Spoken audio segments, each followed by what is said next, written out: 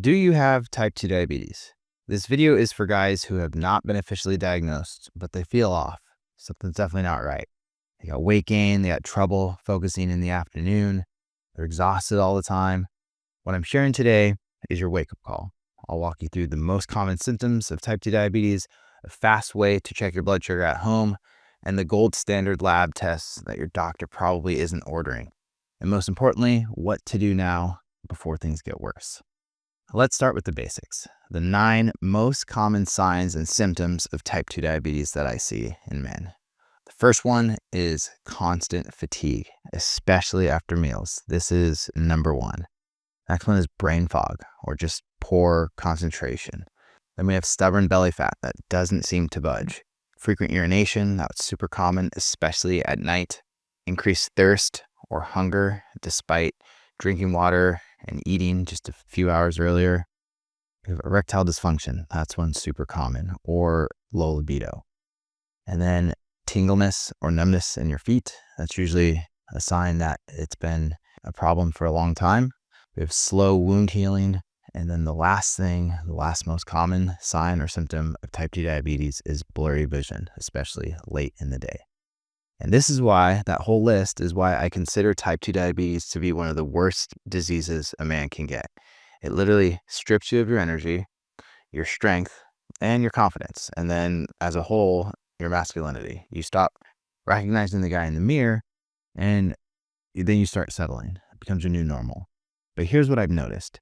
These symptoms don't all show up at once. It's not like you wake up and you're 30 pounds overweight and you're peeing all the time.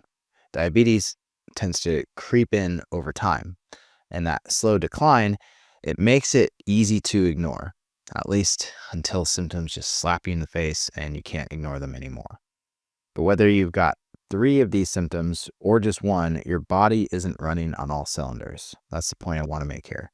Okay, want a fast way to check for yourself to see if this is what's happening? Get a $20 fingertip glucose monitor. And here's the routine. Test your blood sugar first thing in the morning before eating anything, and then test 1 hour after a meal. The last strategy then is to test 2 hours after a meal.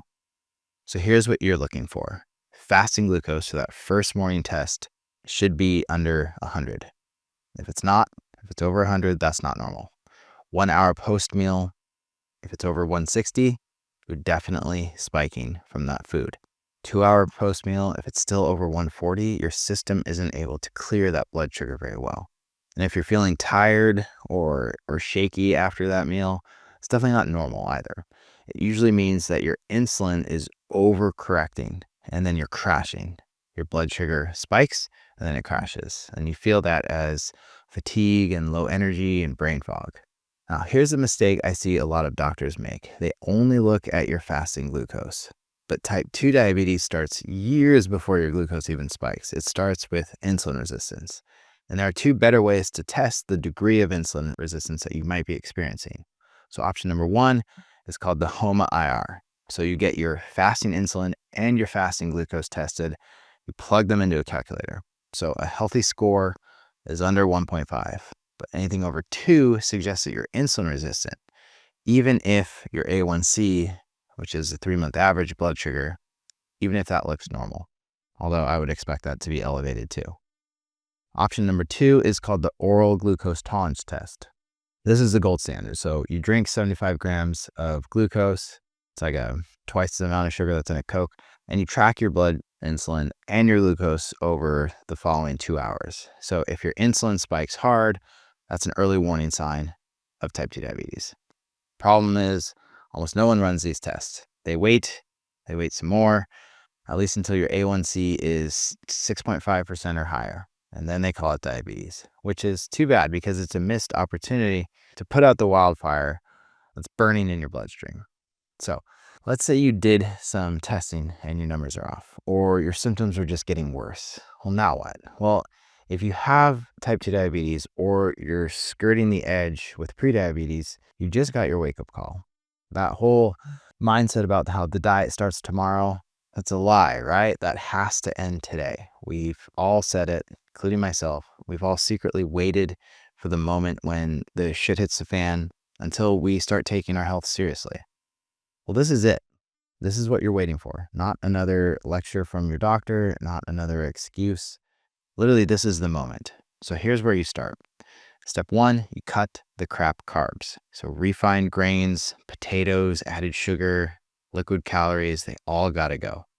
Step 2, you need to hit your protein target, especially in the morning, because protein builds muscle. Muscle burns sugar. So you want to aim for 0.7 grams to 1 gram per pound of your ideal body weight of protein per day. Step 3, this one's super simple, but a lot of people miss it. You got to walk after meals. So anywhere from 10 to 15 minutes after each meal, especially dinner, helps pull that blood sugar into muscle even without insulin. So your body doesn't have to crank out even more insulin to deal with it. And then step 4, they'll lift something heavy. Strength training is your best tool to reverse insulin resistance. Now, I'm not saying that you have to go to the gym and start bench pressing, but you do need to start somewhere. If you're totally new to this type of exercise, then I recommend starting slow and using bands. Last step, step 5, is to track progress. So use a glucose meter daily, or you could get a CGM that's constantly monitoring your blood sugar. But the point is, you have to stop guessing. You need more data.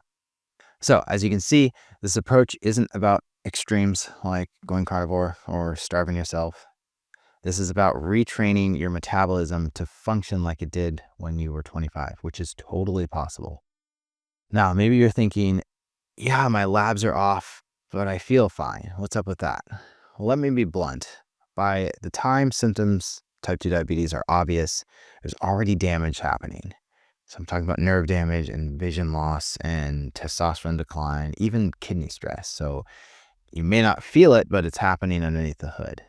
The crazy thing about this disease is that type 2 diabetes doesn't hit all at once. It's just this slow collapse. You won't notice it, at least until it's hard to come back from.